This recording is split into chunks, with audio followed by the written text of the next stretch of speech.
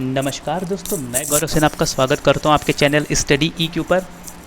दोस्तों, test your self मतलब मैं एक नई सीरीज़ लेके आया हूं जिसमें कह रहा हूं मैं टेस्ट योर सेल्फ मतलब लूसेंट सामान्य विज्ञान का जो फिज़िक्स है उसमें जितने भी क्वेश्चंस दिए हैं, उसके बाद केमिस्ट्री के और उसके बाद बायो का, यदि आप लोग का प्यार बना तो लगातार लाता रहूँगा।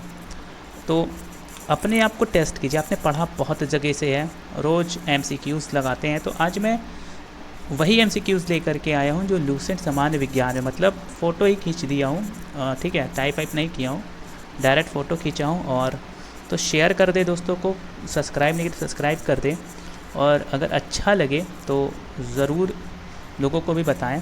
ये सिर्फ सामान्य विज्ञान के लिए है, और ठीक है।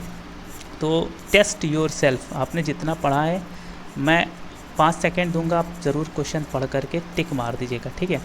तो ठीक है, तो चलिए शुरू करते हैं बिना टाइम वेस्ट किए। तो पहला क्वेश्चन कहता है कार्य का मात्रक क्या है। कार्य का मात्रक क्या है, ठीक है, कार्य का मात्रक क्या है।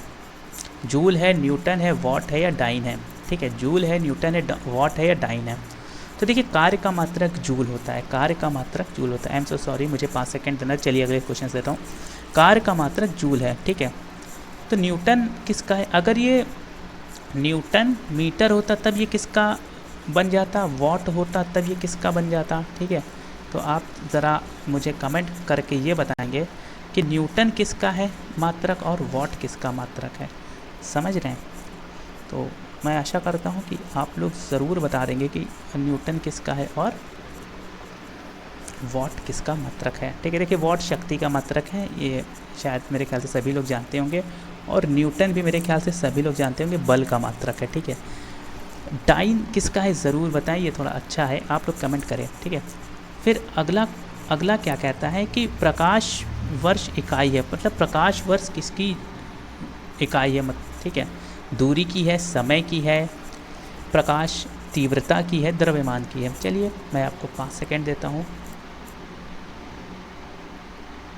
आशा करता हूँ आप लोग इसका आंसर दे दिए होंगे।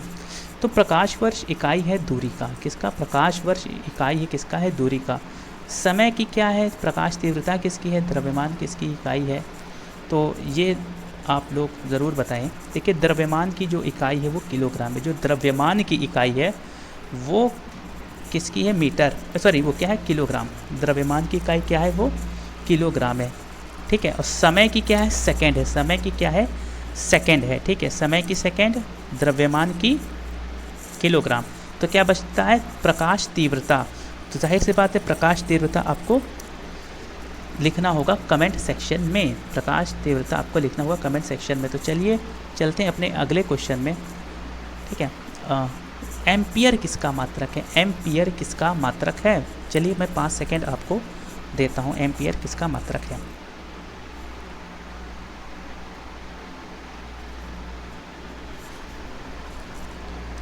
एम्पियर मात्रक है, मैं उम्मीद करता हूँ कि आप लोग लगा लिए होंगे। एम्पियर मात्रक है विद्युत धारा का, एम्पियर मात्रक है किसका, विद्युत धारा का, ठीक है। प्रकाश तीव्रता, विद्युत आवेश और चुंबकीय क्षेत्र, इन सब का मात्रक क्या है, ज़रूर मुझे कमेंट करके बताएं, ज़रूर मुझे कमेंट करके बताएं।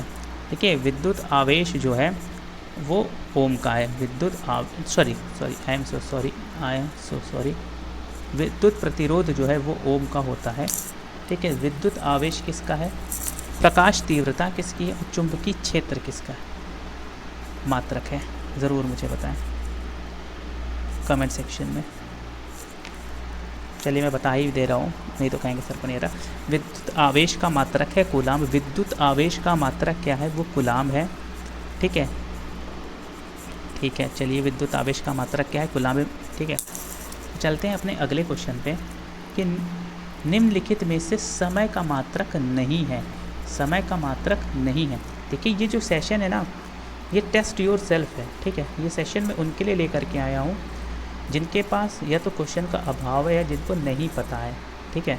तो ठीक है, जो पढ़ चुके हैं, जिनका कोर्स कंप्लीट हो चुका है या जिनका चल रहा है। देखिए, कंप्लीट होना या चल रहा है, अपने आप को टेस्ट करना बहुत ज़रूरी है, क्योंकि एग्ज़ाम में यही क्वेश्चन देखने को मिलते हैं आजकल, ठीक है। तो इसने पूछा है कि निम्नलिखित में समय का मात्रक नहीं है पूछा है, तो 5 सेकंड देता हूँ, ज़रूर आप लोग बताएंगे।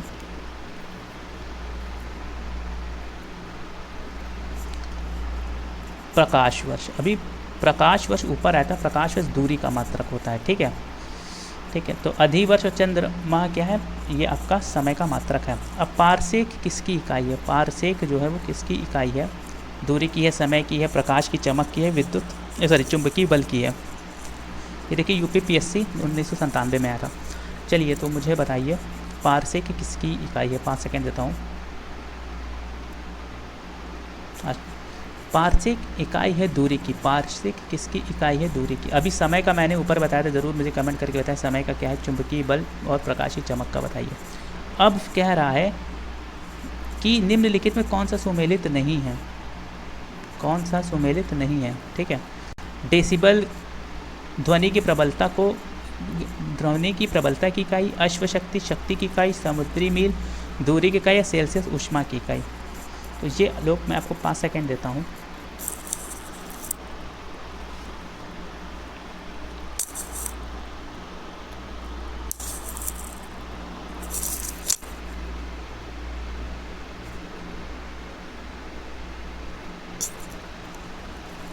तो उम्मीद करते हैं कि आप लोग बता दिए होंगे। सेल्सियस, देखिए डेसिबल ध्वनि का प्रबलता की इकाई होती है, अश्वशक्ति शक्ति की इकाई होती है, एक 746 वाट होते हैं, ठीक है, एक अश्वशक्ति में, ठीक है। समुद्री मील दूरी का इकाई है, सेल्सियस ऊष्मा की इकाई नहीं है। तो अब बात उठती है कि ये सेल्सियस किसकी इकाई है, सेल्सियस ताप की इकाई है, ताप होता है 100 डिग्री सेल्सियस, ठीक है, तो वो ताप बताता है। ल्यूमेन किसका मात्रक है, ल्यूमेन किसका मात्रक है, ज्योति तीव्रता का है, ज्योति फ्लक्स का, ए और बी दोनों का है, या इनमें से किसी का नहीं है। तो 5 सेकेंड।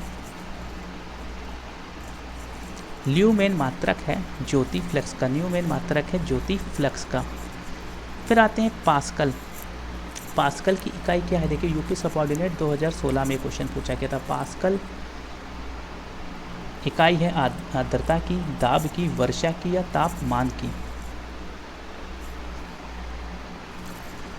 तो उम्मीद करते हैं आंसर दे दिए होंगे, दाब की, पास्कल इकाई है दाब की। फिर आता है कैंडिला का मात्रक है, कैंडिला ज्योति फ्लक्स, ज्योति प्रभाव, ज्योति दाब या ज्योति तीव्रता, किसका मात्रक है कैंडिला, मतलब कैंडिला का कौन सा मात्रक है।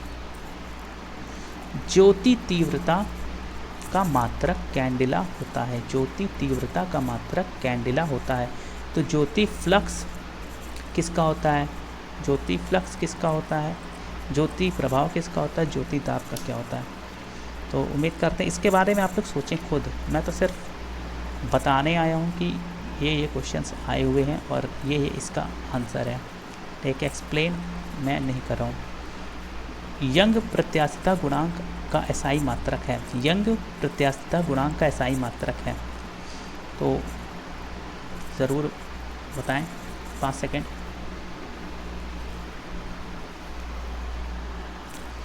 इसका आंसर है newton metre square, newton metre square, इसका क्या मात्रक है, newton metre square, newton metre square, ठीक है। ठीक है, क्वेश्चन फिर आ गया। फिर क्वेश्चन कहता है निम्नलिखित युग्मों में से किन भौतिक राशियों के समान विमीय सूत्र नहीं है, ठीक है, समान विमीय सूत्र नहीं है।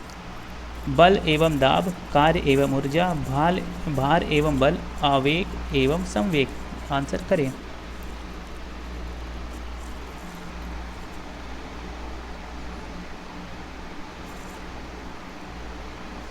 देखिए इसका आंसर ए है, बल और दाब। दाब किसका है, दाब किसका, पास्कल, ठीक है, अभी ऊपर आया, दो सब ऊपर आ चुके हैं।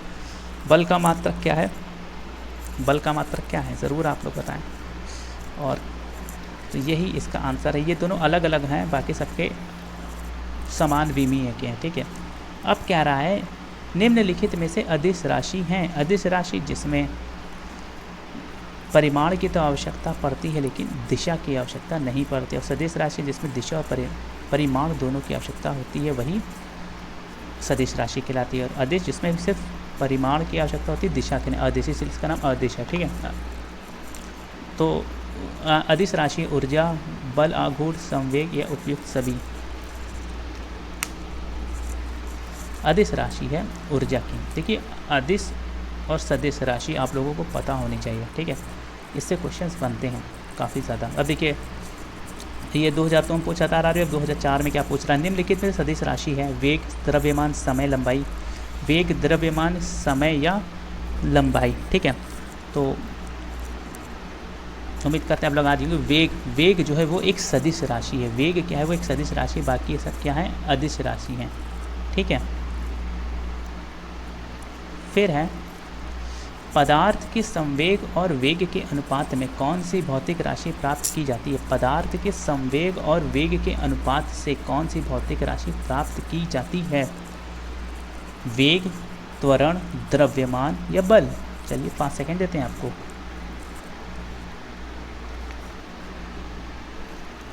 द्रव्यमान, पदार्थ के संवेग और वेग के अनुपात से द्रव्यमान भौतिक राशि प्राप्त की जाती है, ठीक है। फिर है शून्य में स्वतंत्र रूप से गिरने वाली वस्तुओं का समान गति होती है, समान वेग होता है, समान त्वरण होता है और समान बल होता है। आंसर करें, मन में सोच ले, मन करें। इसका आंसर है ऑप्शन सी, समान त्वरण होता है, ठीक है। अब कह रहे हैं जब 2 kg वाले द्रव्यमान पर 5N बल लगाया जाता है तो उसमें होने वाला त्वरण होगा, उसमें होने वाला त्वरण क्या होगा। जाहिर सी बात है आप लोगों को फॉर्मूला पता होना चाहिए और मैं आशा करता हूँ इसका आंसर आप लोग निकाल लिए होंगे। 2.5 मीटर पर सेकेंड स्क्वायर, 2.5 मीटर पर सेकेंड स्क्वायर इसका आंसर है, ठीक है। तो किसी भी, तो अगला क्वेश्चन है, किसी भी स्थिर या गतिशील वस्तु की स्थिति और दिशा में तब तक कोई परिवर्तन नहीं होता जब तक उस पर कोई बाह्य बल सक्रिय ना हो। ये ऑप्शन नंबर ए, ये न्यूटन का गति विषयक प्रथम नियम है, न्यूटन का गति विषयक द्वितीय नियम है, न्यूटन का गति विषयक तृतीय नियम या गैलीलियो का गति विषयक नियम है। ज़रूर कमेंट करें, बहुत इंपॉर्टेंट क्वेश्चन है। तो दोस्तों आप लोग आंसर बता दिए, मैं उम्मीद करता हूँ आप लोग आंसर आ गया होगा। जिनको नहीं आया बता दें, उसका ऑप्शन नंबर ए है, न्यूटन का गति विषयक नियम प्रथम है, ठीक है, जिसको हम लोग गैलीलियो का नियम भी कहते हैं। और हम लोग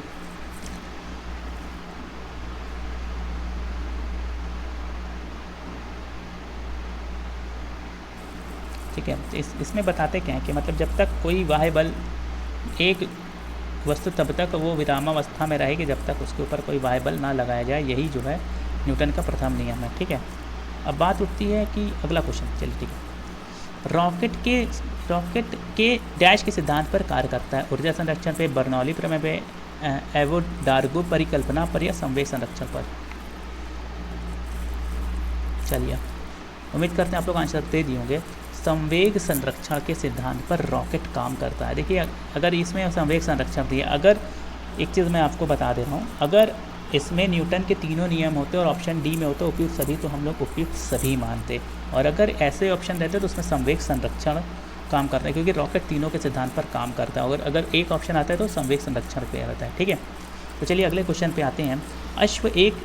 अश्व यदि एकाएक चलना प्रारंभ कर दे तो अश्वारोही के गिरने की आशंका का कारण क्या होता है। विश्राम जड़त्व इसका कारण होता है, ठीक है, विश्राम जड़त्व, ठीक है। चलिए आगे बढ़ते हैं। मैंने आप लोगों को टाइम नहीं दिया, समझ आता हूँ, सॉरी, ठीक है। यदि चलती हुई बस पर अचानक ब्रेक लगती है तो उसमें बैठे हुए यात्री आगे की दिशा में गिरते हैं। किसके द्वारा समझाया जा सकता है। सापेक्ष सिद्धांत के द्वारा, न्यूटन का पहला नियम, न्यूटन का दूसरा नियम या न्यूटन का तीसरा नियम। आंसर बताएं अपने मन में, मतलब सोच लें। इसका आंसर नंबर बी है, न्यूटन का पहला नियम, न्यूटन का फर्स्ट लॉ जो है वो रहता है, ठीक है। फिर क्वेश्चन 21 पर आते हैं। बल का गुणनफल है द्रव्यमान और वेग का, द्रव्यमान और त्वरण का, भार और वेग का, भार और त्वरण का। ऑप्शन बी द्रव्यमान और त्वरण का, द्रव्यमान और त्वरण का, ठीक है। फिर है शरीर का वजन पृथ्वी की सतह पर सभी जगह एक समान होता है, ध्रुवों पर अधिकतम होता है, विषुवत रेखा पर अधिकतम होता है, मैदानों की तुलना में पहाड़ियों पर अधिक होता है। तो जल्दी से सोचें और या तो कमेंट कर दें या सोच लें, ठीक है। ध्रुवों पर अधिकतम होगा, किस पे अधिकतम होगा? ये आपका ध्रुवों पर अधिकतम होगा, ठीक है, पोल्स पे, ध्रुव मतलब पोल्स पे। अब कह रहा है किसी मनुष्य का भार पृथ्वी पर यदि 600 N है तब चंद्रमा पर उसका भार कितना होगा? 6000 N, 60 N, 1000 N या 100 N? इसका आंसर 100 N होगा, क्योंकि पृथ्वी जो चंद्रमा पर हम वो द्रव्यमान है, मतलब चंद्रमा पे जो भार हो जाता है वो पृथ्वी से 1/6 है, ठीक है। तो इसीलिए 600 डिवाइडेड बाई 6 और आंसर आ गया 100, ठीक है। फिर है अगला क्वेश्चन कि पृथ्वी की सतह पर किसी भार का 29.4 न्यूटन है। पृथ्वी की सतह पर किसी का भार 29.4 मीटर या 29.4 न्यूटन है।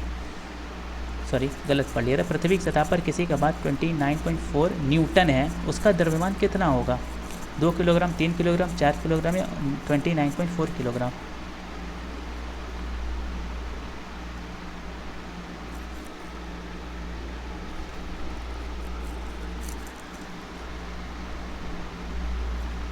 आशा करता हूँ आंसर दे दिए होंगे। 3 किलोग्राम इसका आंसर है, ठीक है। तो अगला क्वेश्चन है, एक अंतरिक्ष यात्री पृथ्वी तल की तुलना में चंद्र तल पर अधिक ऊंची छलांग लगा सकता है, क्यों? वह चंद्रमा पर भारहीन होता है, चंद्रमा पर कोई वातावरण नहीं है, चंद्रमा तल पर गुरुत्वाकर्षण बल पृथ्वी तल की तुलना में अल्प है, चंद्रमा पृथ्वी से छोटा है। तो जाहिर सोचें और आंसर दें। तो इसका आंसर ऑप्शन सी, चंद्र तल पर गुरुत्वाकर्षण बल पृथ्वी तल की तुलना में अल्प है, अत्यल्प है, ठीक है। फिर 1 किलोग्राम राशि का वजन है 1 N, 10 N, 9.5 N या 9 N?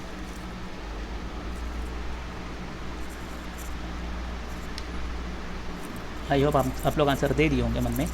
9.8 N, 9.8 N, ठीक है। जड़त्व आघूर्ण व कोणीय त्वरण का गुणनफल होता है। जड़त्व आघूर्ण व कोणीय त्वरण का गुणनफल होता है बल, टार्क, कार्य या कोणीय संवेग?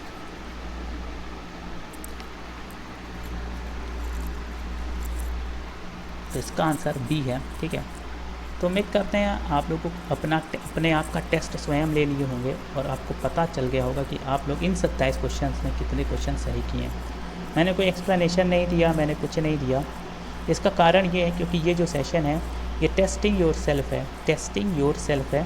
जैसे मेरे एक्सप्लेनेशन देने पे कोई मतलब नहीं बनता, क्योंकि आप स्वयं अपने आप को टेस्ट कर रहे हैं कि क्या मैं सही हूँ। तो अगर आप लोग कहेंगे तो एक्सप्लेनेशन अगले से दूंगा, और आप लोग मना करेंगे या फिर कहेंगे कि नहीं सर ऐसा ही होने दीजिए, ऐसे ही चलने दीजिए, तो ऐसे ही चलने देंगे। लेकिन शेयर ज़रूर करें, लाइक ज़रूर करें, सब्सक्राइब ज़रूर करें, ठीक है। तो मिलते हैं जल्दी इसके सेकंड पार्ट पे। Thank you.